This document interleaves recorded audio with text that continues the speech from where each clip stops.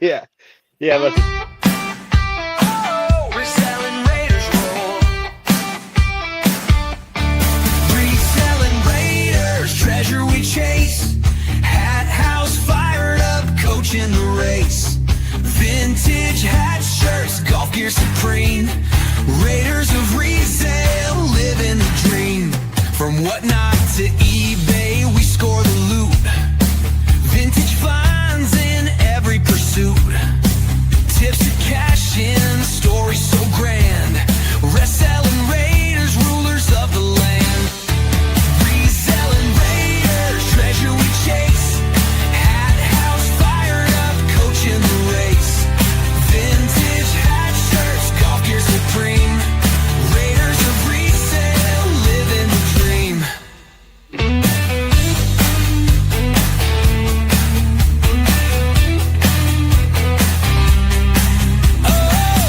Tune in, hear the lore.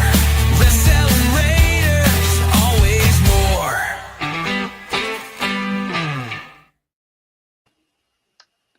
Guess who's back? We made it back What's up? live. Hey, everybody. Welcome We back did. to the Reselling Raiders, where we talk everything from eBay to whatnot. I'm Hathouse, joined by Coach Porch and Firedupfinds.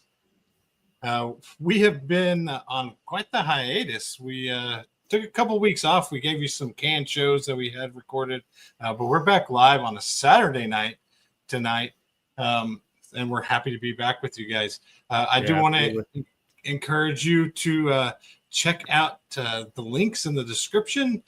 If you're looking, I've got a sweet bolo / sale that I'm going to give you when we do our bolos at the end.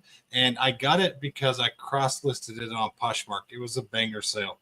So if you want to check out how to cross-list, you can check out the links in the description and use the Posh Sidekick there. We would really appreciate that. And also, we got our first download from Brazil. Stop yourself. Yes, we've got the Brazilians are in the house and have officially downloaded the show. Huge shout out to those guys. Thank you so much. Hey, we're live from the favelas. Let's go, boys. Yeah, and we have 120 followers on Apple Podcasts too. So really appreciate you guys out there. It's really banging on the Apple Podcasts. So thank you so much. Really Thank you. appreciate that. Definitely going to get to the bolos. I'm sure we've had like 3 weeks of kind of build up here. I'm sure we're going to have some great ones during the bolo portion. Things to be on the lookout for. And I know a lot has happened. Rob, you just got back from the Far East. How'd that go? Far East. I spent 2 weeks in Tokyo with my my kid, my daughter-in-law, and my 2 little grandbabies. And what a joy! What an absolute treasure that is to be there. They live right now in the northwestern part of Tokyo, and they bought a property and are building a house just northeast of Tokyo now, in the suburbs of Tokyo. And I got to tell you, a lot of people question if I come back on these trips.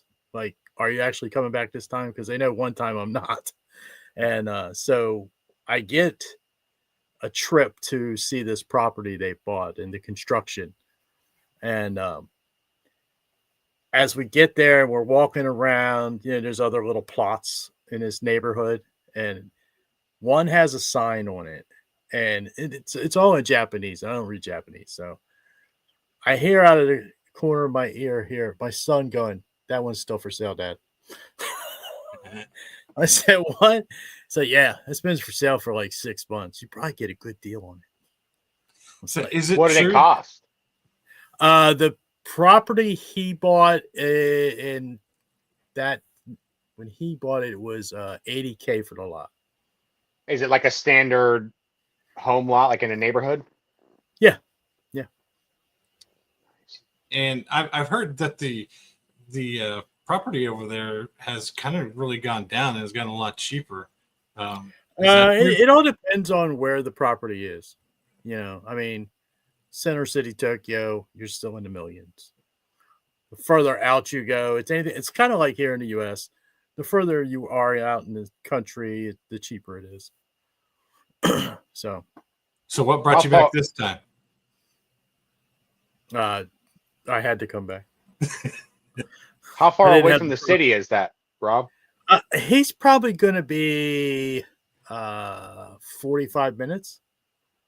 Is that a train ride or is it do you drive in? And everything's a train ride. Train ride? Yeah, I mean, I think the train station it's a cute little town.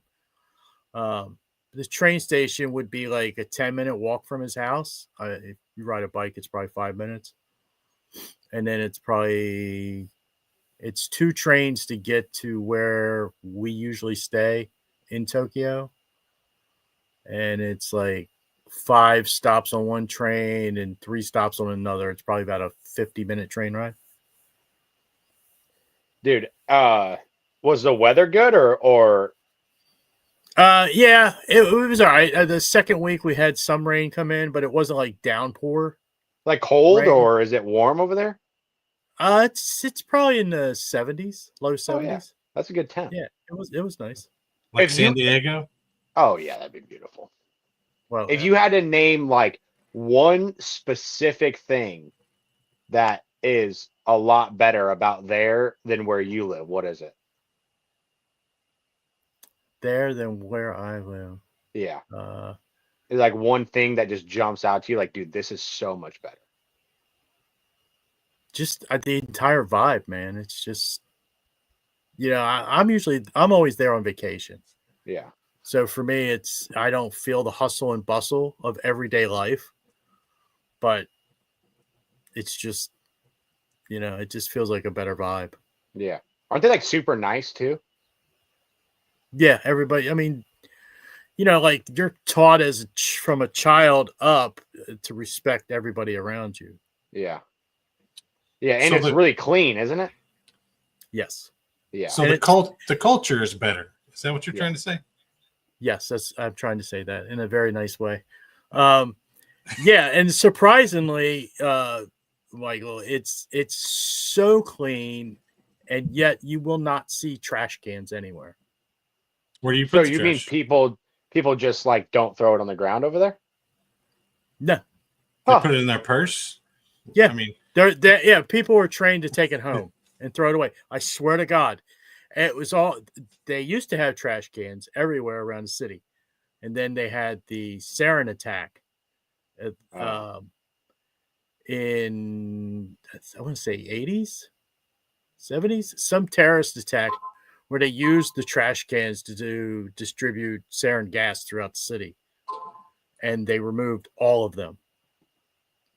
Really? That's why it's very difficult to find any place to throw your trash away. Wow.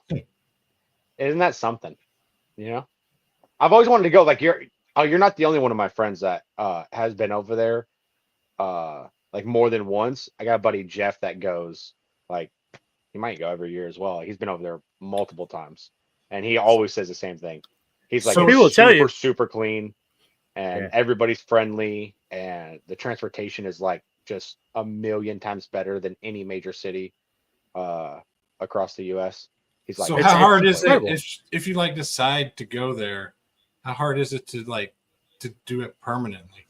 What kind It's of paperwork do you incredibly need? damn near impossible because Japan is entirely worried about their country and their culture, and they don't really give out permanent visas for you to stay. It's not a retirement place. You've So got that- to figure So out. is your how to do your son there on some like did he just get lucky or is it you know what I mean? Am I saying that right? right now. Yeah, yeah. I mean, it's like is he a permanent resident of like is he a citizen of Japan or is he just there on like some work visa type of like right now, whatever you call okay. it? Well, my son's there in two different ways. He has a work visa through his company, but he's also married to a Japanese citizen. Okay. So he could literally stay there the rest of his life if he wanted to. He will probably become a citizen of Japan at some point, Yeah. just because they don't ever foresee moving back here, moving the kids back here and everything. And I don't blame them. The kids are thriving. And just watching them around the school and everything, it's just such a good place for them to be. I wouldn't ask them to move. That'd be too selfish of me. So like if you were to go there, say you wanted to live there, how and they were like, hey, listen, you can't become a permanent resident of our country. How long are you able to stay in chunks before you have to leave and come back or whatever? With the American passport, you can stay 3 months at a time. And then how long do you have to be gone for? I don't know that question. There's no hard, fast answer to that. Because in my eyes, you could go for 90 days, leave, and just take a weekend jaunt to that's what I'm thinking. South Korea. Yeah. You know, and then come back like a week later and stay for another 90 days. And then what I read about that is if you do it too many times, they can tell you no, because what they worry about is that you're not actually just visiting or staying or anything, but you're actually working in the country and you're working illegally. Yeah. Like, so, and with that whole thing, like you wouldn't be able to own property, I'm guessing, right? Or you can own property. Yeah. That's an interesting thing. Like you can't live here, but you can own a piece. Well, I of could the live land there. here. 90 days at a time. But you're right. But just not permanently. You know what I mean? But you can own a piece of our country. You know what I mean? That's like an interesting thought. So it might be a little more tricky for you to like actually move over there in a permanent status during retirement, like you want to, than just being like, hey guys, I retired on a Tuesday. The wife and I got a flight on Thursday. See ya. Right. Yeah, you got to get married. Hey, you gotta tell Miss Coach, hey, listen, we're gonna find a couple, and we're both gonna get remarried. Oh, that's so funny. There you go. Get recognized by by Japan. They may not even recognize your marriage that you have now. Well, the original plan in my mind was to do what they call a business management visa, where if you come to the country and you start and own a company that actually, is worthwhile to have within the community, you can stay there. You can live there as long as you have that going on. And then, you have some checks and balances along the way, annually, every 5 years or whatever. And they said to buy in, it was reasonable. You had to have 5 million yen to put up, which at current day value is like 30K. But they've changed. They have a new prime minister who's a little more leaning toward the other direction of kind of very Trumpish, where they want to close off their borders even more. And they have a birth rate problem too, don't they? They do. They have a very bad birth rate problem, which is also leading toward their employment issues. So they need workers. So that may be another avenue. But the thing they just did was they changed the requirements for the business. Now you have to have 30 million, and you have to hire somebody in Japan, and you have to have an actual business address. Like a physical. Yeah. location. So now you're looking at 200K you got to come over to Liquid with, and boom, invest it and hire somebody right away. And that's like, so have they always been, well, you said like the new prime minister is more closed down. Have they ever had like immigrate, like not even just from America, but just like in general? Like a lot of people migrate to Japan? You know what I mean? Like how they historically, and not necessarily historically, but just say over the last 15 or 20 years, like, is that, I never really hear about, you don't really see a lot of videos about. I wouldn't think so. Not that I've actively noticed. Like when you go to Japan, you just see a lot of Japanese people, right? Like it's not like you walk down the street where you live and you could see, people from 60 different countries. Right. Yeah. Well, I mean, you see a lot of different skin skin colors and different looking nationalities when you're walking around Tokyo. But you can kind of tell everybody's a visitor. Yeah. You know, they got their bag on, they're doing this, you know, everybody's looking at stuff. How we get there? Yeah, for sure.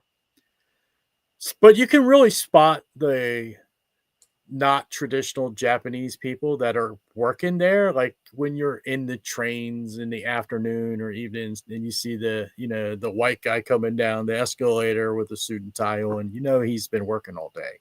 Yeah. So now, is he there permanently? Who knows? He could just be there for however long he's got that job in that location. It's interesting. Seems like a good place. So, how much stuff did you bring back? All those hats behind me. And then I have this many chopsticks this time. And everything in here. That's amazing. And you have a Japan show, right?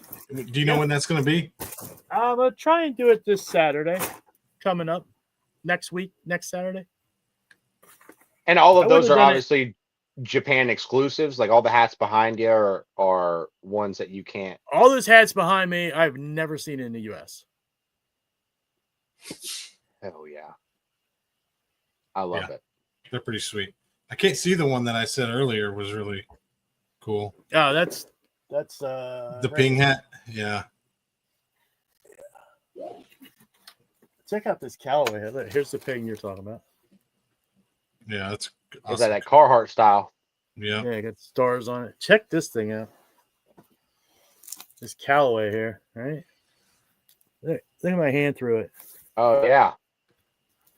And then there's this. Yeah, dude. Hey, this head can get some freaking air finally. You know what I mean? And this thing. This Oakley. Dude, Look at that's a that good stick pattern. And that's also Yeah. see-through. Yeah. Amanda That's a sold pretty that. cool- Amanda sold an Oakley on Thursday, and I her saw little her. golf hat. It was like $27, dude. Wow. It was a cool one. It had a snake going around the tee. Like It was a cool one, but Oakley yeah. makes some cool stuff, but it's so hard to find. Yeah, it is hard to find. And Yeah, usually when I find it, it's just like basic. It just Mhm. looks like, especially the polo shirts or whatever. Yeah, I always just find a basic plain Jane polo. yeah. We run across the polos like on a semi-regular basis, but the hats we don't run across many, especially Oakley golf hats. It is a polo though. If you find an Oakley software, it says software on the inside. Typically, that's vintage, and they can go $50 to $100, even just on the basic ones. Those are really good ones. They sell really fast on eBay too. Heck yeah. Hey, did you fly over to Japan freaking business class so you can lay down or what? No. What I always do is I'll get the economy and then I'll buy that front row. It's like Wait, $100 upgrade. Really? Yeah, and then what you get is you have like 4 feet in front of you. But how far does that seat go back? I don't know. I don't sleep on the planes. Even when you're flying to Japan? I can't. Yeah, I don't sleep either. Oh, dog. I got my neck pellet, dude. I'm freaking mouth breathing, dude. Oh, yeah. I'm out. I'm half a bottle of freaking NyQuil and see ya. Hopefully we don't have a layover. I ain't Drag making them off the plane. Steven, what have you been up to, dude? This is a thing too that everybody doesn't know. We haven't really texted all that much in the group chat. Right. So, because I'm like, I'm used to talking to you guys like this every week or whatever. So, I'm like, dude, we're gonna have a shit ton of stuff to talk about. What have you been up to? I've got into a pretty good rhythm on going to the bins this past 2 weeks.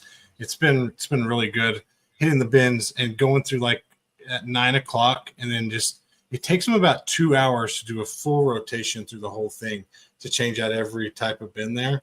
And so I've been going at 9 and then making it through a whole rotation and seeing everything, and then till about 11:15, and then coming back and then finishing shipping or whatever, and then cleaning and listing and all the stuff that we find in the afternoon, and then doing it over. So it's been pretty good routine. I think we're going to keep it up. So I found some pretty cool stuff. You'll see. And we still have the bulk hats and the earbuds that are coming in on a regular basis. I see that. I got bogged down in the earbuds because he sent me all. Did I tell you? I've been selling a lot of the empty cases. Yeah. And he sent me a lot of just loose lefts and rights. And I got really bogged down in trying to match those pair them up, get them back together. And I still have some of those left. But I don't know. I'm still selling them. It's just I can't do that for too long of a time because it's just too repetitive and monotonous and boring as hell. Make you go insane. Yeah. So I've been doing that like a couple of days, and then doing the other cleaning and stuff on the other days. So I'm almost through all of them, and I really have. I've been selling just like lefts and rights, and then the cases. And doing the math on that, of course, I'm making more money in the long run by selling the left, right, and then the case. So it's going pretty good too. The returns are still just the biggest headache, and a lot of time it's just operator error, and they don't know how to pair it up, or it was actually their case that was bad, and I sent them an earbud, and then they're like, "Oh, this earbud doesn't work," and then. So I sent him another one, and he's like, "Oh, this one doesn't work either, but I realize it's my case. Can you send me a case?" And then I don't know. The earbud game is different. It's a lot of customer service that I don't really want to do. I mean, if the hat fits, it fits. If it doesn't, it doesn't. I mean, that's the good thing about hats and clothing. But it's been okay. But really been enjoying going to the bins. Me and Mary love going, and it's been really fun. And you're broadening like your horizon on all the stuff that you're picking up. Like I saw the golf club. Yeah, you'll see some other ones. Everything from graders and just everything. More electronics that I find there. I've been picking up pretty much everything. Toys. Just a lot of stuff. I'm just picking up whatever. We're going through the clothes pretty good, just because it's easy to stay consistent with the clothes because there's so much of it. Mm-hmm. And you can still keep your kind of listing up. I can list 20 to 30 clothes, and then really what I've been doing is we've been listing 20 to 30 clothes and hats, and then whatever extra that I happen to find there, whether it's some toys or whatever, to try to get as close to listing 40 or 50 items a day. It's really where I want to be. And just a lot of bags too. Finding a lot of bags. Oh yeah. Yeah. Amanda's mom just sold an old Jack Nicklaus Golden Bear bag. How much did it sell for? I think $100, something like that. Right. So yeah, she got it for free from the neighbor, and I think it had to have only sold for in 2 days, because she texted me a couple of days ago and was like, "Hey, what should be the shipping cost on this?" And so I told her what I always charge for mine, and 2 days later she's like, "It's sold." So I was like, "Okay." I was like, "That's I mean, when you go outside of your norm or whatever, you're crazy surprised about all the different stuff."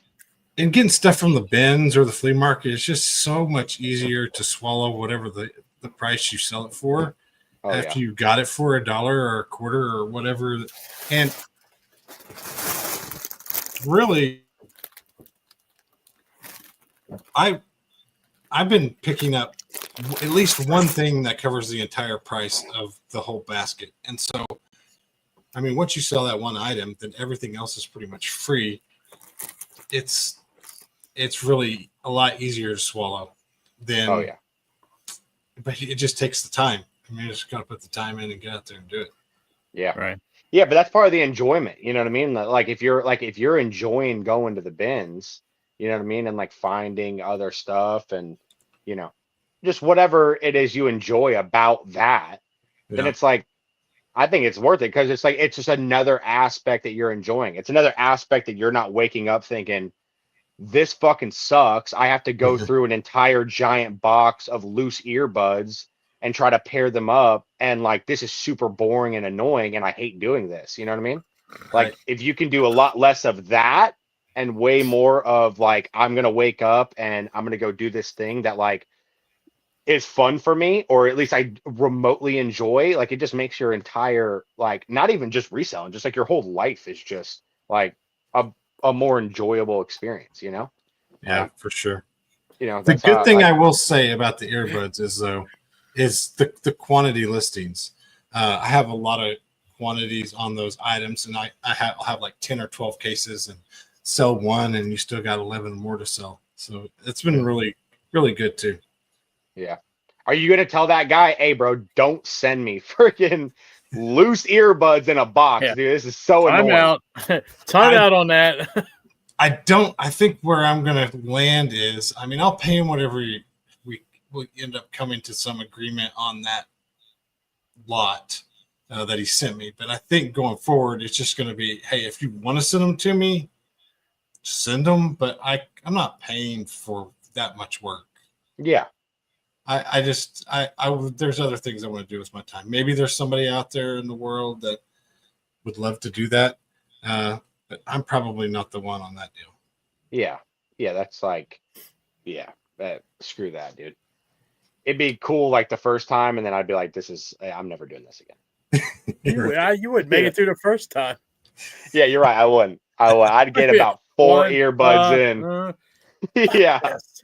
Yeah, you're right. I'd throw that shit right out the window. But like, yeah, dude, I'd have just put that big ass lot on eBay under bid, gave him half of whatever it sold for. Freaking, like, yeah, I can't be asked to do that. It's the same shit with like cleaning hats like that though too. Is like I'll just build them up so big where I have to do 60 before a show, and I'll try to knock them out like 2 days in advance. I'm just like, this sucks. I'm tired of doing this by the end of it. Yeah, So, I don't think I'm going to be in the next hat train. I don't think I'm going to make it. No, you're definitely not, because he just put out he sent us a thing like a couple hours ago, and neither of you guys didn't even respond to him. I talked to him on Instagram. Okay. Yeah. You guys left me. Thanks for calling me out, though. Yeah, you guys left me out in the desert. Well, you know what? Look, he knows the three of us like to operate together, and he didn't ask the three of us again. So you were in there. Was Rob the one that ignored him? No, it wasn't both me. I'm almost positive that he And where? He put us three in a group chat. I'm almost positive. Maybe I'm wrong. Let me see. Yeah, right here. Coach Porch Collab Closet Hat House on 10/15/25. He wrote this long thing that he has openings from 2:30 to 4 and 5:30 to 7. They're half-hour sets. 11:29. I wrote back, said, I'll take 6:30, and that's it. and that was the extent of everything. Look at on Whatnot. okay, I see what you're saying, but Yeah. So rude, Rob. he sent that on 11:15 Yeah. or 10 11:15? 10:15. 10:15. 10:15. Yeah. Okay, so where was I on the 15th? Hey, listen, your travel. Hey, you get internet in Japan. You don't get DMs in Japan? Yeah, didn't know DMs in Japan. He was at the base of Mount Fuji, dude, playing some golf. Didn't get it. Bro, I was at Disney World with my grandbabies. I wasn't answering any DM from Collab Closet. Well, that's why you're not in it. No disrespect, Collab. I don't mean any disrespect, but I'm not answering anything when I'm chasing little princesses around Disney. Well, I was like, yeah. I mean, I got to do every one because it's the only time that I'm selling hats at this point. I used to do way more hats, and I'm just like, That's I'm 'cause not looking for them. Your fiance sells all your hats now. Yeah, I'm not looking for them like how I used to look for them. You know what I mean? I'm like I just whenever I come across them, when Yeah. I'm not looking, I'll grab them. But So I hear you're like changing up your entire strategy of your resale business. Is yeah, that true? yep. What are you doing? Well, we haven't listed on eBay since basically Rob went to Japan. That was 3 we- weeks ago. We maybe have thrown up like one or two things, maybe on a whim, but yeah, we haven't listed. And speaking of not listing, I literally just got another sale. So I'm like, do the sales slow down? For sure. Do you still get them? Also for sure. Like we're still selling like 3 or 4 things every day, what it seems like. Like there's freaking but anyway, yeah, I'm just like I have nothing against eBay at all. Like I like eBay and I enjoy eBay. What I don't enjoy is I don't like having to go out and look shit up all the time. I like going out. Like sourcing for me is we were just talking about what we enjoy. I enjoy sourcing. I don't like to come home and or go to the office and take pictures and inventory it and list it, and it's just all of that I find so annoying. So I'm like I've been on Whatnot going on 2 years now, and I'm like, how do I do Whatnot in a way that not that nobody else is doing it, because everybody's doing something already, but really, I guess, kind of like specific, I guess more to my area, I guess you could say, that is like what is under pressured in my area, and how can I capitalize on that? Because if I just want to do vintage t-shirts and hats, or just vintage clothing in general and hats, I mean, dude, I'm not lying. I'd have to be out 50 hours a week probably. And I'm talking just out. Like that's not everything else. That's just out. If I wanted to run like 2 or 3 shows every week just in that, and I wouldn't even be able to have 100-piece shows. It'd be like, I'd have like 30 or 40 pieces maybe. You know what I mean? And so I'm like, what is there an overabundance of that is not being capitalized on? And I'm like, that's what I'm going to do. You know what I mean? So I'm like, I can go out and find 300-400 items in 1 or 2 days and then sell those for like crazy profit. And He's gonna say what it is any minute. Well, I mean, there's no secret. Everybody can just go to my shows, dude. Like, there's a whole bunch of freaking women clothing shows and jewelry shows and bras and underwear and grandma clothes. And you know what I mean? It's not like it would just go to my account. You'll see all the shows that are listed and then join one of those shows. And there's 60, 80, 100 people in there. And like, you're selling, like I paid $1 and I bought a ginormous box of old underwear and bras. I'm being dead serious. And I'm like, why not? You know what I mean? I mean, dude, there was every bit of 250 pieces in there. I know that because I sold 120 individually and there was still a shit ton in the box. And I'm like, why not try it? Like, I need 2 people in that show. 2. That's it. And as long as there's 2 people in there buying these for $1, which gets you 49 cents or whatever it is after fees, right? I'm like, I'm up huge. You know what I mean? When you multiply that by 250, you're up crazy. So I'm like, I'm gonna start doing that. Like, Steven, have you been in one of his shows yet? I haven't since This was. Oh, if you're remember, missing out, dude. If you remember this, let's. Well, I did the first one. Yeah, let's go all the way back to the beginning of this because I think this is cute. This was when Amanda flaked out and got nervous and rage quit like Steven, right? It was after our last pod. And you said, yeah, after the last pod, you said, I gotta go sell some shit Amanda didn't sell today. Eat your cereal, get your Wheaties on. He said, I'm gonna 10:30 at night. 10:30 at night. I was there. I was there for the whole show. So my man's in the show, and women are flocking in. Jesus Christ, his hand is that shirt really that small, or his hands that big? I know what's going on, bro, because you don't read the chat. It was hard in that one, dude. There was a lot of people there. It was going quick. But you don't. You traditionally, honestly, don't read the chat. Yeah, that chat was a smoke fest in there. I was like, holy crap! I'm just sitting back with my popcorn. Yeah, I've never seen a chat move like that. Like there was like what 80 some odd people in there, and it was like I texted a number to Steven. I don't remember how many. Yeah, were in and there, it but felt was literally like there. all 80 were actually like typing in the chat actively. Like it was literally just like they were. There was no reading it. It was just going. I was like, oh my god, this is crazy. Yeah, you had some pretty cool like Y2K vintage. It was the Y2K show.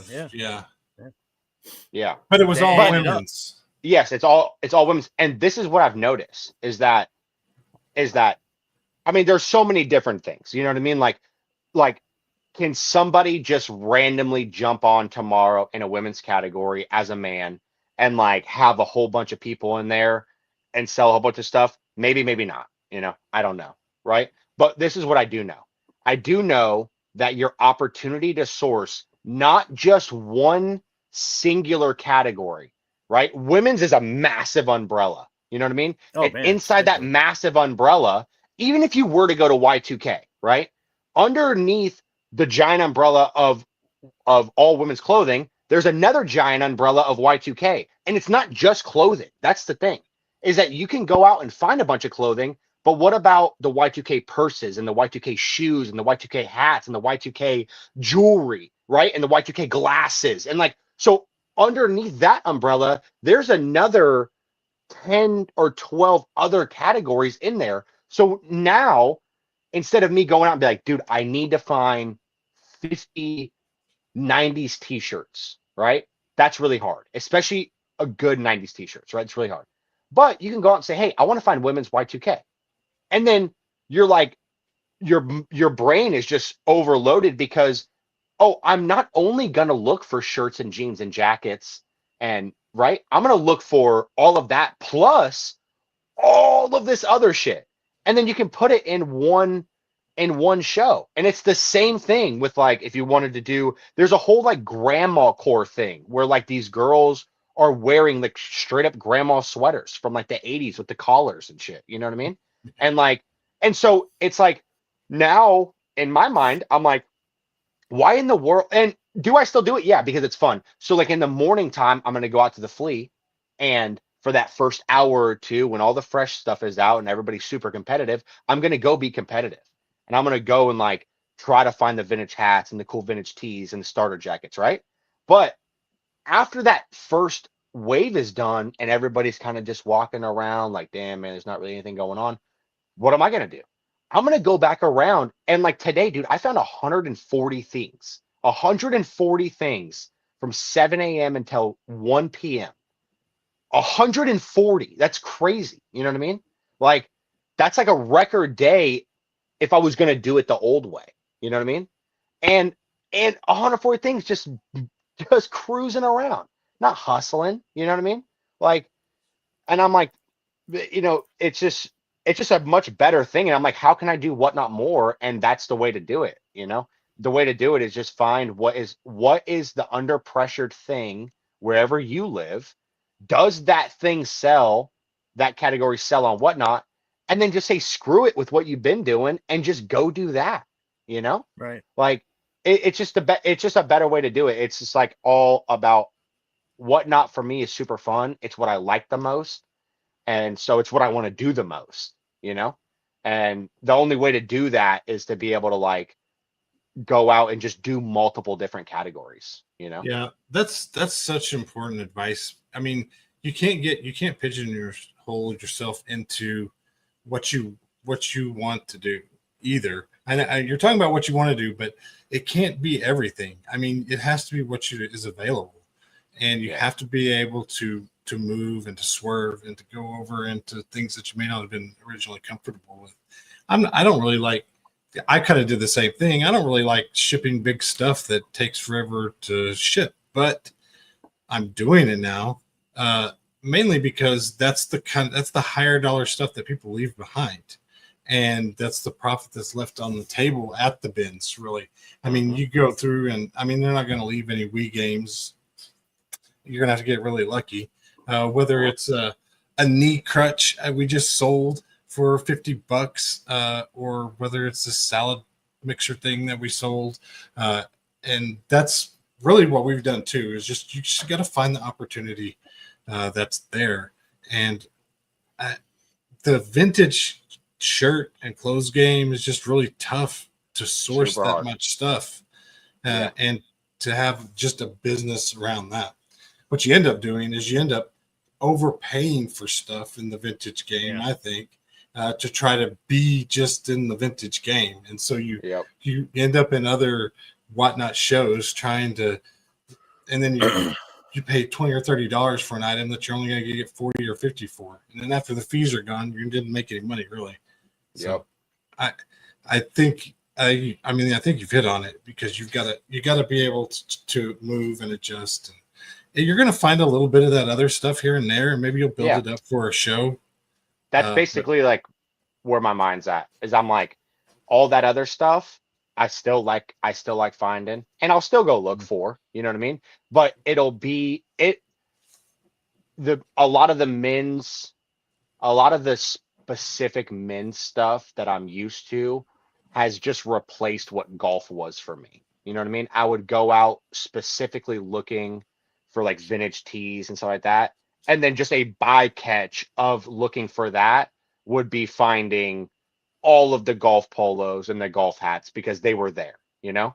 And so like now I'm like, I'm gonna be totally honest, I don't even enjoy selling golf stuff anymore. Like it just, you know, like it was fun for a while. And then I'm just like, especially do like the shirts were just, I don't know, it's just after the last like couple or whatever. And I'm like, dude, I can't do this anymore. And so I'm like, I think I'll go back to the golf, and it really, for most of us, there are some sellers that are able to do it year round, but golf really just hits. I would save it. I would save it for spring through summer, and I know you don't want to build up that much stock, but you could just save that stuff until the spring, and then kind of move back into the golf, and that's when it hits really hard again. And you could have like 4 or 5 golf shows, but just a thought. Yeah, I'm basically just, Amanda's doing all of that. You know what I mean? Like Rob said it in the group chat. Like I'm literally just gonna do 95% of women's stuff, and then on the flip side of that coin, she doesn't even really like doing golf shirts that much. She really likes doing golf hats. She's not even from that one show, but like even when I was selling golf hats a lot, she would be like calling me all the time, like, hey, is this a good hat? Is this a good, you know what I mean? So she actually likes finding them too, which is nice.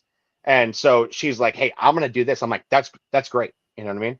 And I don't know if the psychology is different, because, you know, men are selling women's and women's are selling men's. And if that plays like as big of a role as I think it plays, you know what I mean? But like, at least for the time being, you know, I'm just like, if I come across some eBay items, cool. You know, like I've built up a decent little knowledge bank of like a bunch of different stuff that like I just know about, and I can just pick up without having to sit there and do all the research about it. But you know, that'll all be bycatch, and I'm just like out just grinding every day just for this stuff, you know. Well, I mean, you said a long time ago your desire was to be 90% whatnot. So Yeah. You're just getting to where you wanted to be. That's And I mean, I tease you and everything about the girl stuff and everything, but I mean, everybody knows that this all started with me and my wife selling purses. So I can't say much. I'm only selling women's purses and stuff. 100%. And to be honest, honestly, those are some of my most favorite shows. Dude, that's what I was just gonna say. I was like, it's not just the number of people that I've done. I think I've done 4 of them. I have done 4 like proper, like curated ones now, I believe. And not just because they're like, and everyone has had a lot of people, like definitely the most people, except for the 1 year fire that I had. That was the most people that I ever had. But these ones are like, all four of them have been like large. And it's not just that. The girls are so interactive, dude. Like Yeah. you know what I mean? I could have 60 people, like 60 people in there doing a men's show. And like, there'll be some chatter or whatever, but like, you have 60 women in there and it's like, they're chatting away, you know what I mean? And like for me, as the guy on the other end of the camera, it's like that's fun. Like I want to be able to be like talking to them and not just like talking just to talk and like having interaction and like you know what I mean? So I think I it's been the most fun, like the most fun that I've if you had. mod somebody up, they can slow the chat down for you to read it. Yeah, I guess I had to have to show Amanda how to do that. She's been only like, there's like 2 mods in there or whatever. But yeah, so I don't know. It's just been like it's overall been great, but it's another thing too where it's It's like, fun to sell things. well, That's yeah, what's it's super fun to sell things, of course. And it's another thing too where it's like for me because I do have a full-time job, it's like it's easier for me to be like, hey, dude, I'm not going to do this thing anymore that's making us thousands of dollars a month. And I'm just going to like transition a lot to this thing. Right. And so like it'd be like a lot different for you if you were like, if you wanted to do the same thing, because like the risk of that is so much greater because it's like, dude, I'm really leaving like the safety net of what supports me and my family and puts my kids through college and puts food on our table to go and try to do this other thing. So there's just so much more stress about it. And so it's just like, for us, it's not as bad because it's like, okay, well, we take some lumps over the next 2 months or whatever it is, like we're going to be okay. And we'll just keep trying to push it along. And then hopefully it'll get bigger and bigger, So, yeah, it's just been like, I don't know, it's been a crazy 3 weeks. It literally seems like it's been 6 months. Cause it's like the whole, like our whole thing is just like taking a crazy 180 and, So the title of this episode should definitely be Why Mikey Quit eBay. Yeah. Well, man, it's still like, well, it's funny because I told you, I was like, I still source some stuff from eBay just like as I'm kind of going through. I'm not even joking. I probably got 60 items right now in the office that I got specifically for eBay that are sitting exactly where I put them at whenever I got them. You know what I mean? Like, there's golf bags, golf clubs, like Fired Up finds his way to Whatnot full time, and old ladies underwear. Yes, yeah, dude, that was the craziest thing in the world. Is like selling, and it wasn't a big granny show. Panties. Exactly. It was. I mean, I don't think I had more than 15 people in there. That was the max. There's probably 10 people in there the whole time. I sold 120 individual pieces, and then I sold another 10 pieces in another show. And I finally said, guys, I'm getting bored. Like this is boring for me. Does anybody want the rest of this box? They were like, we absolutely do. $65 they bid it up to for the rest of the box. You know what I mean? And it's like, $400 later on a $1 thing. I was like, oh, dude, this is game over. I was like, I can't not do this. Like it's too good. So kind of crazy. I guess you can now stop going into those crackhead houses and to the bedrooms. Oh no, I'm still doing men that. And you already know I'm still doing that. You already know. I'll never stop doing that. Come to my bedroom? I got a t-shirt for you. Yeah. So how are you sourcing this? How are you sourcing this stuff? Are you just putting in the work and looking all that up? How are you getting this knowledge on women so quickly? Well, I mean, I have a secret weapon. He goes, I don't know what this is. I don't, but I mean, I have a secret weapon in a 28-year-old woman that. So honestly, she's sourcing a lot of it. No, but like, no. So, I mean, at first for sure. So that very first show was all stuff from her Depop that she was like, just took down and was like going to do a show with it, And then, so that everything that in that first show was all of hers. And then maybe 50% of the next show was like the rest of the stuff from her Depop, because like it went so well. And then last 2 shows that we've done, she's probably sourced 10% or less of the entire show. And I'll just be like, if there's something that I really am unsure about, I'll just FaceTime her and be like, hey, is this good? And she'll be like, no. Like once you get like, I don't do stuff just like a little bit, you know? It's like if I do something, I'm probably not going to do it at all, or I'm going to like do it a shit ton. So like, what have I been doing? I've been watching a shit ton of Whatnot streams. You know what I mean? A ton. Like 25, 30 hours in the last 2 weeks, probably, of just women's stuff. Because like, that's how I learned. You know what I mean? And like, and I still don't know everything by any means. Like I still pick up stuff and they're like, yeah, it's just trash. And I'm like, damn it. You know what I mean? But yeah, it's just like, it's just like anything, you know, like how'd you learn how all the good hats work? Because you put a shit ton of time in, you know, it's like, that's just how it is. So yeah, you just gotta put a lot of time in. Yeah. So you're doing a lot of the sourcing.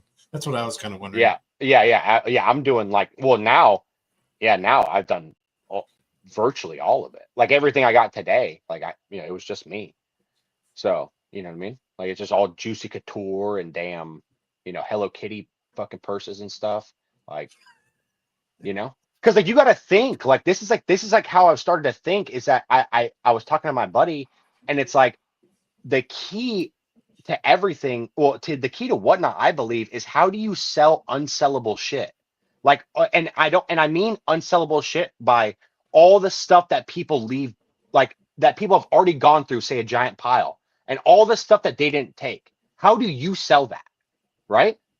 And if you're able to figure out how you sell all the shit that nobody else wants to take and sell, boom, there's your key. Like that was the experiment with the whole bras and underwear. Was like, this is an unsellable item. Like you can put this out and have a ton of resellers come buy this, and I will guarantee you 0% are going to pick those up. 0. Right. And then, okay, well, all right, well, then let's try it out. I know a guy. Yeah, I'll be honest with you. You are the second guy I know and interact with on a daily, weekly basis that has made the conversion from T-shirts through men's / golf, and is now thriving in ladies. And I mean, from top of mid 30s in a show to now where I think his show last night ended with 188 bookmarks. And when I was in it, there were 92 people. You know what I think that category might be for me is if I could figure out how to sell crafts, scrapbooking, and whether it's just like holiday, Christmas stuff. I think that's you a huge channel. You can.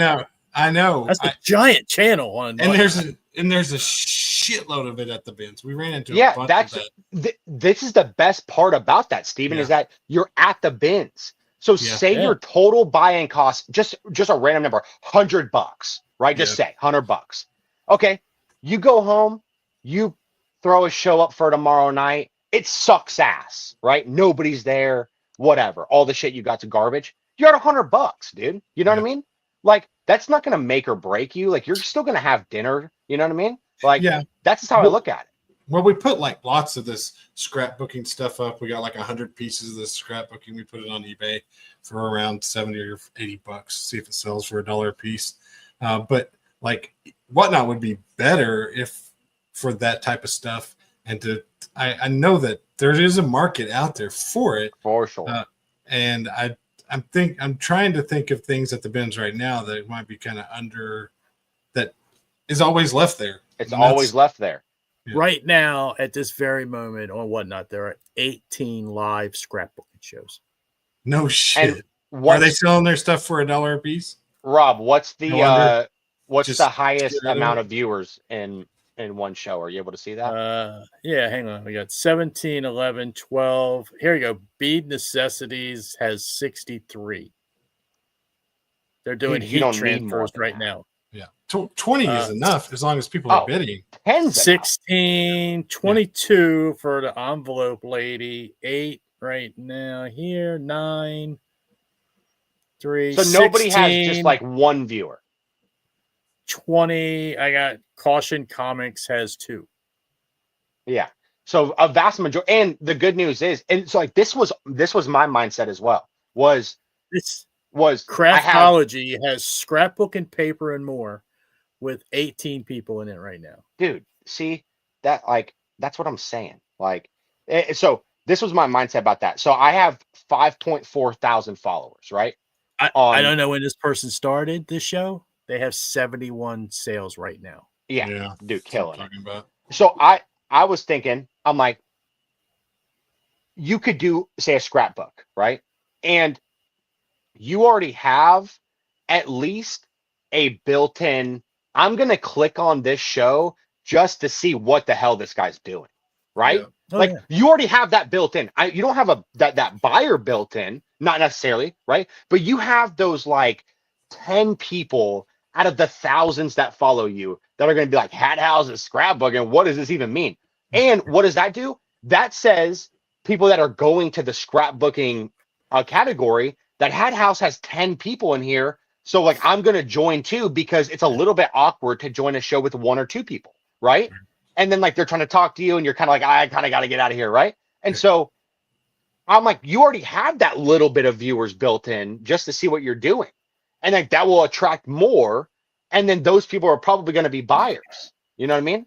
And it's just like a totally, I'm like, after I thought about it, I was just like, oh, this makes all the sense in the world. And when your buying cost can be insanely low because it's basically everybody's leftovers, then you can do experiments on scrapbooking and on all of these different little things that, like, when you go out and source wherever the people are that are listening, and you think, damn, what the hell's always left over?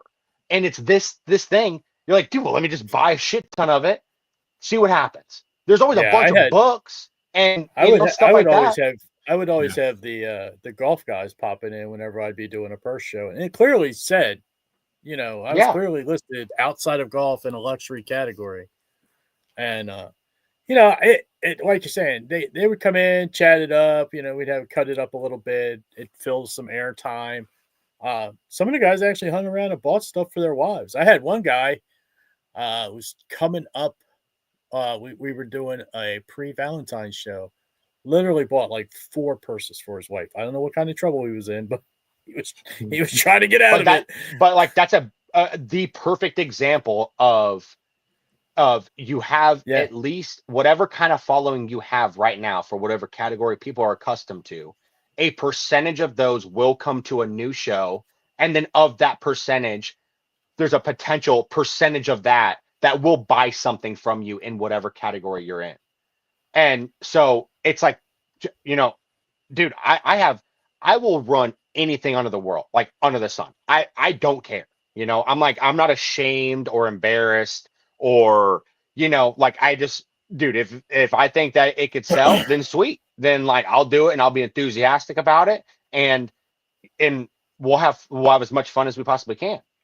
And, and so I'm like, I think it's just a good way to look at it if people want to do whatnot in a more consistent way that don't have, their ways of sourcing already done as far as, trying to be consistent about it. Like, whether you're doing pallets or all this other stuff, if you're going out and hand picking items for whatnot, that's a hard game, dude. You know what I mean? That's a hard game to go out and hand pick items every day for whatnot shows.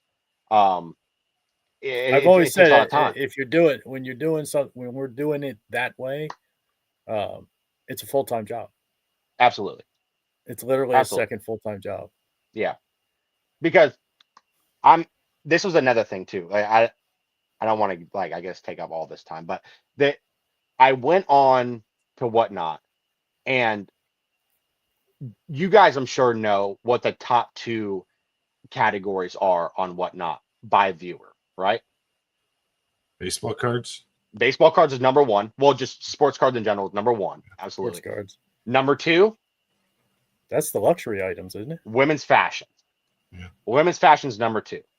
So then you think about it and you go, okay, well, who buys the most shit? Women, obviously. That's why every thrift store you go into, 3/4 of the store is women's stuff. And then the guys get 1/10 of the store, and then furniture and the rest of the shit gets the rest, right? And so it's like, okay, well, why are you not going to where all the buyers are? Right? That makes the most sense to me. And instead, if you go down to men's clothing, they're 11th or 12th. They're not even in the top 10. That's it. All this shit's out of here. But Putting right handbags though, down. like they're not even in the top 10. And so it's like, okay, so I'm gonna go from an average of 12,000 concurrent viewers at any time of the day, right? That's a big word. Yeah. That one almost got me. 12,000 though. 12,000 viewers any time of the day, right? Go down to men's, there's 500 to 700. Shit, You know my what I mean? golf category turns off at some point at night.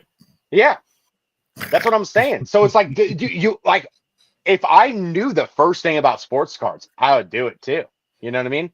Just I know the barrier to entry with sports cards is way higher than it is with some other stuff. You know? I wonder if did y'all saw the news about like the FBI and the NBA, all that stuff. Yeah. I feel like I think the mob is in on that sports cards thing. They said it. Oh, sports cards. Oh yeah. Yes. I think they're involved in sports cards. Yeah, I think so. There's money laundering, and the mob is in the sports cards game somewhere. I think it's fixed. I think it's rigged. I think the whole thing. I think they X-ray every single box. I think they know exactly what they're doing. I heard that you could do that though. There was some like technology that they had to like be able. You can't. It's not like they don't see the actual card or whatever, but it's like somehow, like the rare ones will be a different density or some shit. Right. Yeah. You want me to tell you how they do it? What is it? It's just the normal guys that do it too. They will take a portable scale into, say, Target. Okay. Oh. They'll weigh the box. The one that's heavier has the bigger cards in it. Yeah, see, dude, come on. Because your relic cards and everything are heavier than normal cards, so they change the weight of the box. Really? Wow. I mean, it makes sense. That's all. You'll like, see if you ever more see power to somebody like in a Target or a Walmart and they're standing there going, that's what they're doing. They're waiting for that number. I'm calling the cops. Yeah, I'm calling the cops. Yeah, he's selling drugs. He's in the mob. He's in the mob. He's in the mob. My buddy Niner, he's on Whatnot doing cards. Yeah, and that dude makes bank, man. He's got wings. They make crazy from just doing a show a night. Literally, he's on for like an hour and a half, 2 hours, and he's got wings from selling cards. He's literally just, and that's 50K. He's not packing. Days. Yeah, he's not. Yeah, every 90 days, and he's not packing like we are, where we're building boxes and shit. Yeah, like you know, he's sleeving shit up, putting it in an envelope, and off it goes. Yeah, and then does the 50K in 90 days thing is. I've seen so many people struggle with card shows too, though. I've seen. Oh yeah. I've seen. Yeah, you gotta have a good show. You have to have a good show. You can't be just like this is this card. Here's this one. Here's the next one.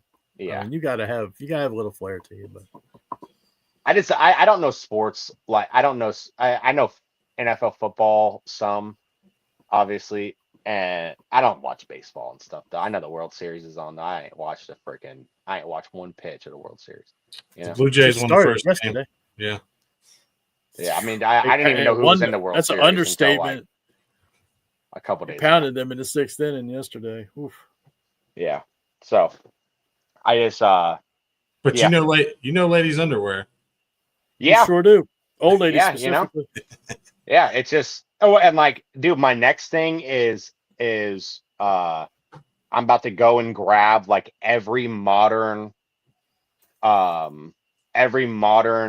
like band graphic reprint that they sold at like Hot Topic or whatever from like 2022, because there's only 17 million of them anywhere you go that nobody ever buys, and you're going to get them all for 50 cents or $1.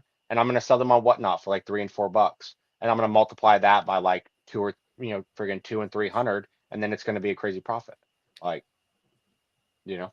it's just dumb stuff like that, and Yeah. just trying to capitalize on what all the stuff that's left over.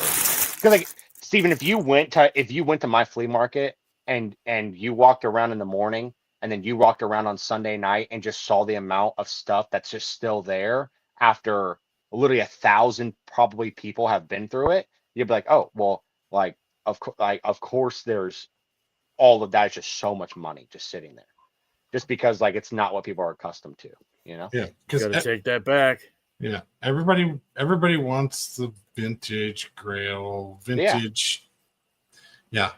Everybody does, but it's just the same thing as anything where it's like, what's going to sell more, the $25 shirt or the $500 shirt? Like most people are buying $25 shirts. Yeah. There's not a lot of people out there just dropping $500. And you just trickle that down to not trying to, you're not going to have a show loaded with like crazy stuff that took you all year to find, and just be okay with selling everything for $3 to $8 because you got it for 50 cents. So what did it say? He thinks he's turning Japanese. I really think so. I forgot to show this to you guys. This is this could be the buyer's giveaway. It's a Godzilla head cover. That is good. I like that a lot.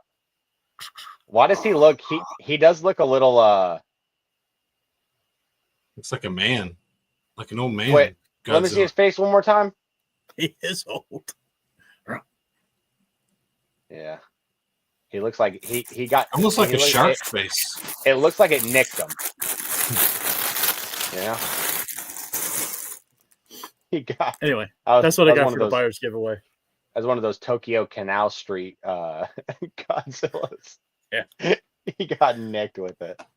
Oh, that's so good. All right. Well, you still going to have some bolos? Oh, yeah. I mean, yeah, whatever's freaking selling on eBay, I'll show you guys. But I mean, I just gave everybody like 30 minutes of like the freest game they're ever going to get. So, yeah. I mean, I guess you're going to go first, Rob? Yeah, they're loaded up. You can put them up. I don't remember what they are. Ah, J. Crew. All right, so everybody knows the name J. Crew. J. Crew makes a diamond quilted padded puffer. Okay. I didn't even play the music. Well, stop. Oh, we can't get that far off our game all right, here. Here we go. Oh, wait. Oh, my goodness. Party foul. What happened? I don't know. All right, it's bolo time. We got some good J. Crew. Are you guys playing the music? No. Okay. Nobody's playing the music. J. Crew makes these diamond quilted jackets. As you can see here, they vary from $75 to $90. The quilted padded puffer one is the very desirable one from what I find. And make sure you pick them up because that's a pre-owned number right there. So if you can find one new, it's a lot more, obviously. But that's a good one. Most J. Crew is not $80. No, that's why I was like, whoa, hello, what's this bad boy? Yeah, they have a great sell-through rate as well. And then we got this Zero Foxtrot gear. Okay. I don't know if anybody's seen this or ever heard of it, but there's some great resellability on this name. Obviously, they have multiple different types of tactical stuff. The bomber retro jacket's pretty neat. You got your tack jacket, your tack, is that a Zero Foxtrot 2.0 there? Some different stuff, but the name Zero Foxtrot is what you want to look for. It's a good one. Yeah. Yep. Do you want me to go first or you? Oh, here. You ready? Yeah. Here. This is the first one. It got a structural firefighting helmet. Oh yeah, you were telling us about that. Yeah, Yeah. yeah. I finally I still have one more. This one's the Honeywell BFL, brand new, 2022. It's still in date. I think they're good for like 7 years or something like that. And yeah, I got 2 of these for $10 a pop, and I had it listed for 300, I think, and somebody sent me 150, and I was like, that's fine. I was like, I don't even really care that much, and so that's a good one. I mean, it sold relatively quick. I mean, it sold within 90 days. I got it at that when I went on that long yard sale, and then the bottom one is if you find Gators Tim Tebow, like it's the easiest, quickest $50 of all time. Like Really? Tim Tebow in general. I never tried his Broncos jersey. I don't think I've ever found one of his Broncos jerseys. But obviously, being in Florida, in Northeast Florida, we find quite a bit Gators. Of Gators. Gators. And Tim Tebow Gators is like, I mean, the sell-through rate on it is crazy too. It's over 100%, super good, and it's $50 in like a couple days. So if you happen to find Gators, Tim Tebow, I think Tim Tebow anything, because I've sold Tim Tebow books, like the book that he wrote. Right. I found one at a thrift store one time that had that he had signed. I found it twice now. I found it twice, and both times it sold super fast. I don't remember exactly for how much it sold for, but yeah, I will give you guys this one too. This one's sick. Amanda actually found this one. Obviously the listed price is insane, but this is a 90s No Limit Records like little quarter zip polo thing, and the graphic on it is sick. I don't know if I have a yeah, like the graphic on it is freaking sick. Oh yeah, I remember that logo. Yeah. So this is what the tag looks like on it. It's on a Knievel tag. But anyway, we had it listed for that amount because I don't think there was another one online Right. that was like it. So we're like, oh, whatever, we'll throw it up. Well, a guy sends us an $80 offer, and it's been up for a while. Like there was no fast sale. It's been up for like a long time. And so he sends us a message or an offer, and he attaches a message to it, and it says this shirt is so fly ... I'm shooting my shot with what I got.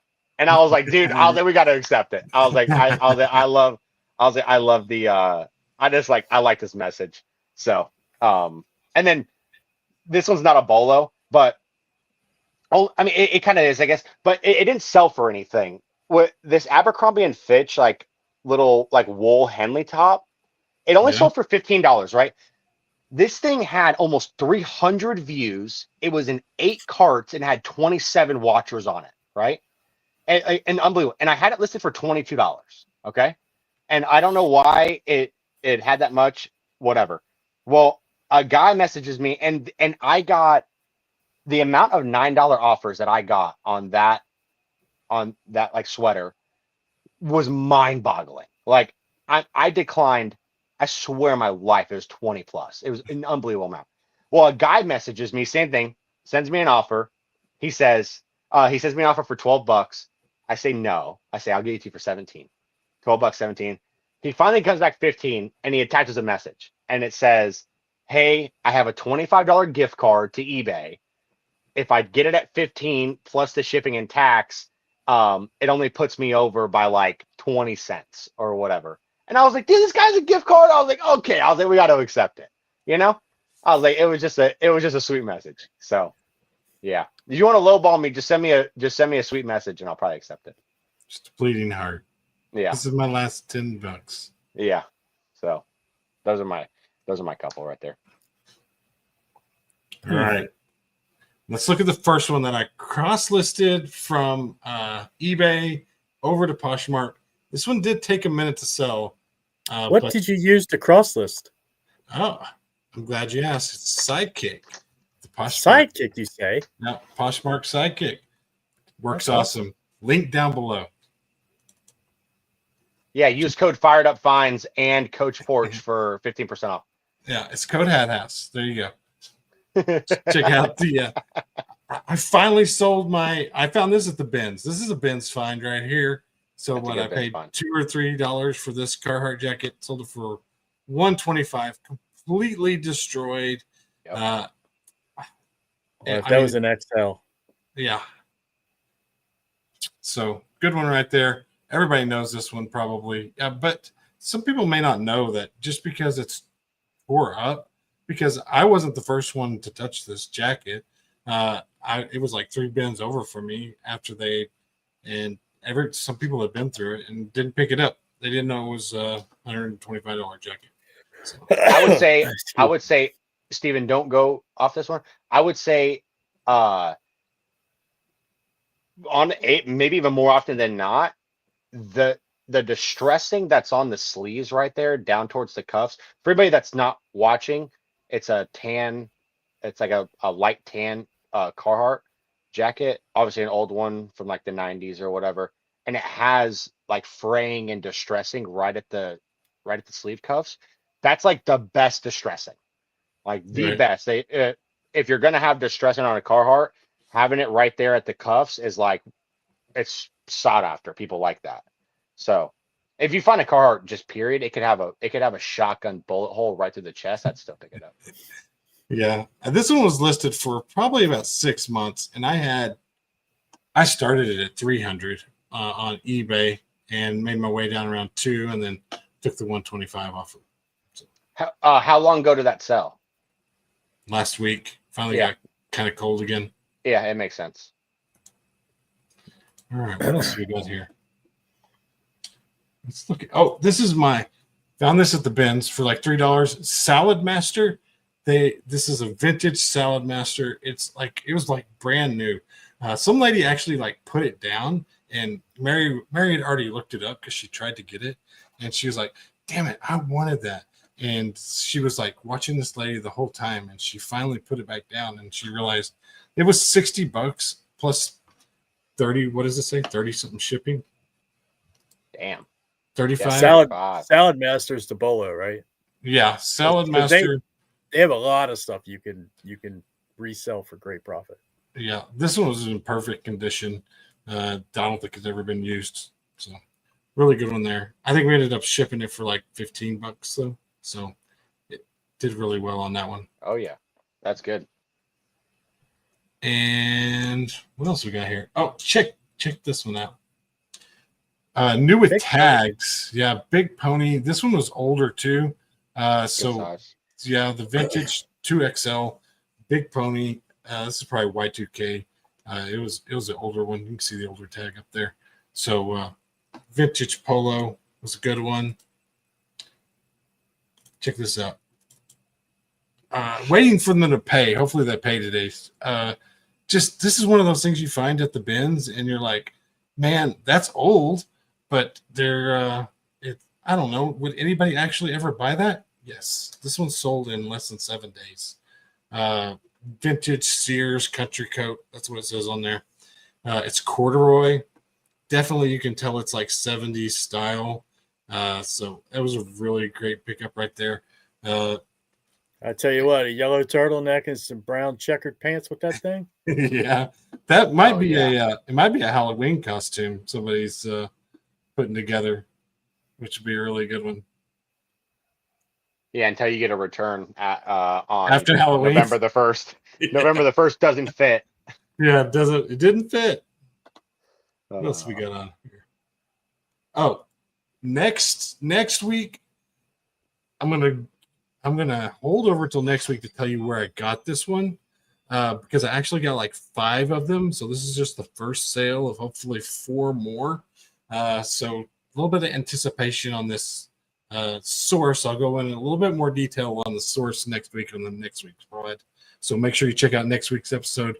But this is pre-Sonos Studio monitor, basically like computer monitor speakers.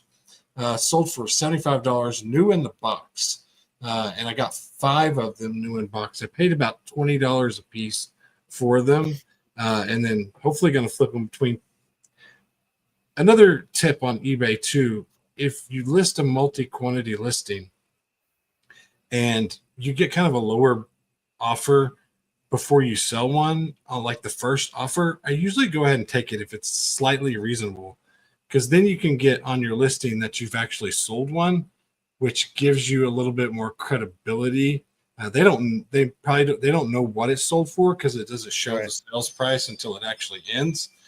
So I kind of take a lower, the first one I'll usually take lower, and then I'll try to keep it the sales price a little bit higher going forward, because these sell for around $100. So I took the $75 offer on the first one with $10 shipping. So, but tune in next week to see where I got these from. Some people might be really interested in this source. We can check that out next week. Oh yeah. Ooh, I'm coming for your plug. I'm coming for the plug.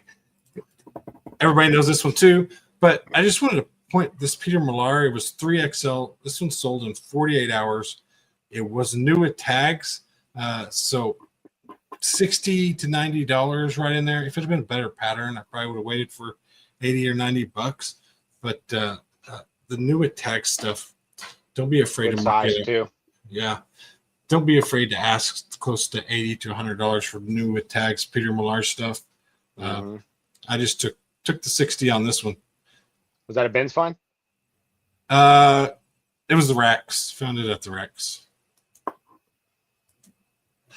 Do I have another one, or was that it? I think that's it. What was it? Oh, that's for next week. I'm going to show you the other things I found next week.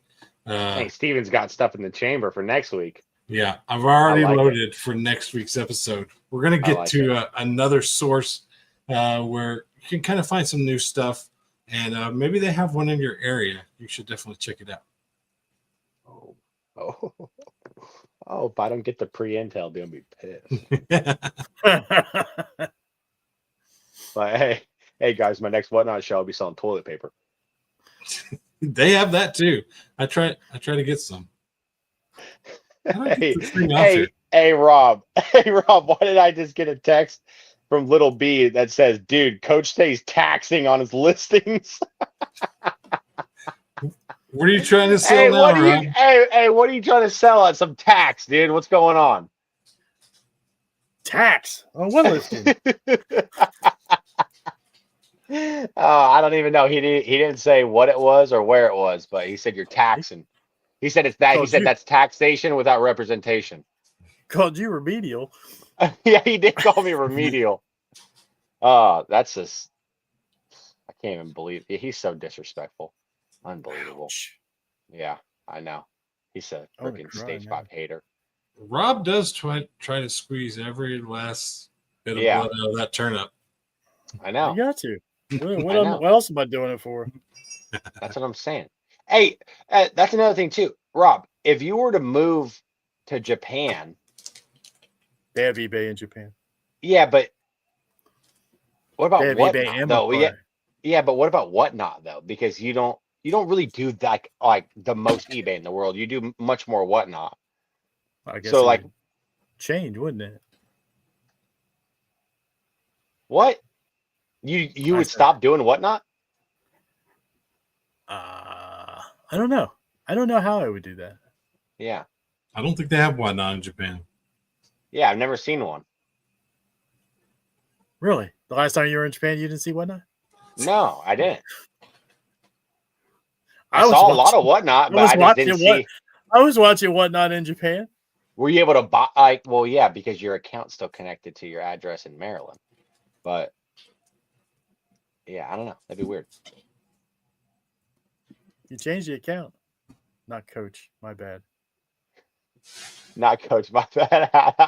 Changing name to Uncle Sam is so funny. RT, I thought he was accusing me of taxing something now. Yeah, he is. That's what he said. He meant to put Hat House, not Coach. My bad. You're talking about my bolos? I was taxing my bolos? That's how they become bolos. Yeah, exactly. This guy. Honestly, this guy, he is I wish we could call him in. He had some freaking insane ones this last week. some like really good pennants and stuff like that.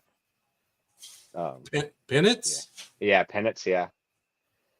Yeah, I mean, he had a couple. Like he had one that sold in like, he listed it and it sold in like an hour. I think for like $100. I think it was in, I think it was like a 1970s or something like that. Alabama, Crimson Tide one. On It eBay? sold, yeah, on eBay super quick. Yeah, I mean, he bought a stack. I mean, I don't know how many he got. It had to been 40, 50, 60 of them. I don't know. It was a big old stack. And he already yeah, 125. 125. Yeah, he already. Don't let him Oh, undercut it you. was a Bulldogs one. I Georgia never go Bulldogs. through the pennants when I see them. I Yeah, I didn't know mean, there was it's $100 ones. it is just like everything else. You know what I mean? Like I think those are in every category. Most pennants are going to be dog shit, and then you're going to find a couple that are. I mean, he sold a bunch though. Not all of them were 125, but he sold a bunch for 50, 60, $70. Wow. So yeah, and like he had a good point, and like I think this is a good point. Just out to say anyway that because I told him I was like, well, damn, I was like, dude, you better get those listed quick. You know what I mean? Because it's college football season, right? So on and so forth. And he had a good point. He was like, dude, he's like the person that's spending $125 on a Georgia Bulldogs pennant is not some college kids, at UVA. He's like, dude, it's a sophisticated older guy that needs it for his man room. He doesn't give a shit if the Bulldogs are 0-10 or 10-0, or if it's college football season or not. You know what I mean? Yeah. He's like, this is it's not a memorabilia that like is going up in a dorm room or a frat house. Right. And I was like, I think that's a good point because I was like, I didn't think about it like that until he said it. So, Yeah, there you go. Yeah. Kind of like my Etsy customers. They'll drop money just because they have it. Yeah, just exactly. for no reason. Yeah. Have you still been killing it on hats on Etsy? Not as good because I haven't had as many vintage hats because we haven't been sourcing as much as that type of stuff. Yeah. Well, then my question, other than that, is, does that sidekick go to Etsy as well? Yes, you can cross list to No Etsy. Wow. Yeah. Wow. It makes it pretty easy. Yeah. Wait, I think I just heard somebody get a sale. The link is below. The link is below. Check out Steven? the YouTube. I got offers. I thought I just heard the cha-ching. I sold a Lululemon long sleeve crew. What else did I sell? A Hurley hat for $14 offer. Dang. $10 on my offer on that. Probably won't take it. So, Oklahoma Sooners. Sold a replacement earbud for $23.99. Yeah. Sold this replacement earbud for $19.19. Ladies and gentlemen, that's all in the hour and 26 minutes that we've been live on the pod. All of us have made zero money, and Steven has made $500. Yeah. And Roblox. I found some Roblox at the bin. Somebody made a bid on them. So nice. There you go. Nice. You killed it. $29.95 was the minimum bid on that. So still got 2 days. Yeah, That's I haven't. Legit. Yeah, I haven't been doing. I've never really done auctions on eBay until last week. Started picking up this miscellaneous. Got some Beyblades too, so I put them on a lot of Beyblades on auction. Do you find that it drives traffic to your store if you have? We can't see your brightness is. Well, I didn't really want you to see it all. Oh, he was trying to show us pictures of his. I'd have your wiener on YouTube. Can't have your wiener on YouTube. Have you found that having auctions going in your store has like led to more traffic to your other items, or no, not really? I haven't seen that. Okay. It'll be said Uncle Sam making money while he sleeps. I try. Oh yeah, that is one of the things that I heard though, is that having an auction going was good for your. I've heard that. I've heard that too. But I mean, at the end of the day, frankly, what's not good or shitty for your algorithm? It's like I think people say everything that you do under the sun is either shitty or good for your algorithm. You know what I mean? I can tell you what's been bad is the whole internet problem for the past week. eBay's been down multiple days. Couldn't even ship one day. Really? And then eBay, it was down earlier today. Couldn't even log on to it to do Really? a return or whatever. So I think I don't know if they have some of their servers or with AWS too, but their whole service. Everybody has their servers with AWS. Yeah. Dude, that was the craziest thing in the world. Like to even know that many platforms run on AWS was insane. 35% of the world. We're all in danger. Yeah. And I'm like, 35% that's of the not good. world. Was it the Russians trying to hack or was it like an internal issue? Or did they ever say? It was a DNS, a bad DNS in one of the warehouse in Virginia. What's a DNS? It's a Denial bad of DNS service. It's where like they send a bunch of traffic in, and it clogs up the whole thing. Oh, so like a DDoS? I don't think so. I don't No, know. it was We part of always the used to code. call that DDoSing. DDoS It's part of the maybe. code. Is that the slang for DNS? Well, that's like when you send a whole bunch of packets to like a certain server and it clogs it up, so then it eventually just shuts it down because it's overloaded. Yeah, it might be. Yeah. Yeah, it sounds pretty similar to me. So, but yeah, it comes from an outside source. Yeah, probably Right? Venezuela right now. I mean, can't stop blowing up their stuff. So. Yeah, I know. Yeah, dude. Yeah, these They're people are just probably trying to pissed. drink. Yeah, they're One of trying the to drink a pina colada on a One of the speedboat, most- and next thing you When the know, boats got through and went to Virginia, Yeah, flipped the yeah, switch. dude. yeah. Yeah, Maduro's dude. like, Maduro is like, you gonna take out my boats? Well, then you ain't Oh, ordering dude. nothing from Amazon. No war! No Yeah, war! no war, no Dude. Amazon. I turn your Amazon off. Dude, they're just out there just hanging out. Just hanging out, just trying to catch them a freaking tuna, dude. And just all of a sudden, boom, they're done. Yeah. That's crazy. They Oh got my Venezuela. aircraft carrier sitting off the coast. Is that right? I think it's drones, isn't it?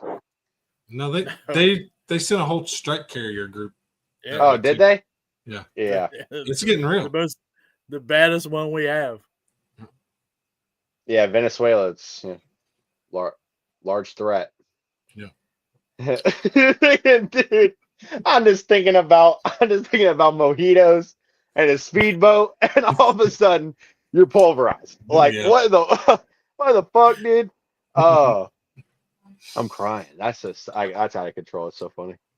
It's not funny, but it's funny. All right, guys, we made it an hour and a half. Welcome back. Yeah. We'll definitely be back next week, right? Oh yeah.